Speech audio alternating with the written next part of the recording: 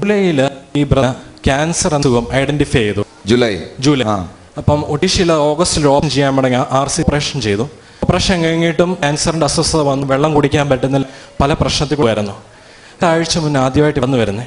ആഴ്ച മുന്നേ കടന്നു വന്നിട്ട് പാസ്റ്ററെ കൈ വെച്ച് പ്രാർത്ഥിച്ചിട്ട് പറഞ്ഞപ്പോൾ സൗഖ്യമാണെന്ന് പറഞ്ഞു. ഇവരെ വിശ്വസിച്ച് ഡോക്ടറെ അടുക്ക കാണിക്കും. RCCയിൽ ഡോക്ടർ പറഞ്ഞു മെഡി കഴിക്കണ്ട, ഞാൻ പറഞ്ഞ അസുഖം ശരിയല്ലാന്ന്. ബ്രദറിന്റെ പേര് ബിജി. ഈ വായിക്കാത്തല്ല ഇളയിപ്പോയായിരുന്നു. എല്ലാം എടുത്ത് മാറ്റി.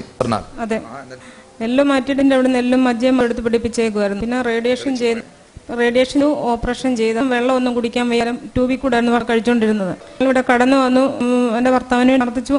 ആ തന്നെ വീട്ടിൽ കഴിവനോട് എനിക്കൊരു വിടുതൽ അനുഭവിക്കാനായിട്ട് കഴിയുന്നു. അങ്ങനെ ഞങ്ങൾ ഹോസ്പിറ്റലിൽ ചെന്നപ്പോൾ ഡോക്ടർ പറഞ്ഞു ബിജിക്കും ക്യാൻസർ ആണ്, ബിജിയില്ല, ബിജിനി മോർഫിൻ കഴിക്കുന്നതെന്ന് പറഞ്ഞിട്ട് ഇങ്ങോട്ട് പറഞ്ഞു. ഇപ്പം അദ്ദേഹം ഒക്കെ ഓടിക്കുന്നുണ്ട്. ട്യൂബിട്ട് ഭക്ഷണമൊക്കെ കഴിച്ച് കിടക്കായിരുന്നു. തൊണ്ടയ്ക്കോട്ടുള്ള ഭക്ഷണം ഒന്നും ഇറങ്ങാൻ പറ്റായിരുന്നു. എല്ലായിടത്തും മാറ്റി ഇവിടുന്ന് എല്ലായിടത്തും ഇവിടെ ചേക്കായിരുന്നു.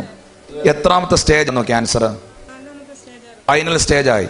4th സ്റ്റേജ് കഴിഞ്ഞു ഇല്ലെന്ന് പറഞ്ഞാ പുഷ്പഗിരി ഞങ്ങളിങ്ങനെ റേഡിയേഷൻ കഴിഞ്ഞ് പുഷ്പഗിരി വളരെ ഒരവസ്ഥയിലായിരുന്നു. 10 പ്രാവശ്യം വിട്ടുപോയി. മുഖമെല്ലാം ഇങ്ങനെ കപ്പിള് പോലെ ആയ ഒരു അവസ്ഥ ആയിരുന്നു. അപ്പം പെട്ടെന്ന് ഞങ്ങളുടെ ഇങ്ങനെ കണ്ട് ഞാൻ ബന്ധു പുഷ്പഗിരി അദ്ദേഹത്തോട് ഞാനിങ്ങനെ ചോദിച്ചു, ഡോക്ടർ ഞാൻ ഒന്നും ചെയ്യാൻ പറ്റത്തില്ല, മൃതയില മറ്റെവിടെ കൊണ്ടാലും ഈ ട്രീറ്റ്മെന്റ് ഞങ്ങൾക്ക് പ്രതീക്ഷയെല്ലാം കൈവിട്ടു. സുനിലിനോട് ഇങ്ങനെ ഏത് മനുഷ്യന്റെ കൈവിട്ടാലും ഇന്ന് യേശു എന്ന കൈവിടുന്നില്ല. കരം ഒന്ന് അടിച്ചുകൾ തുറന്ന് കർത്താവിന് ചെയ്താട്ടെ.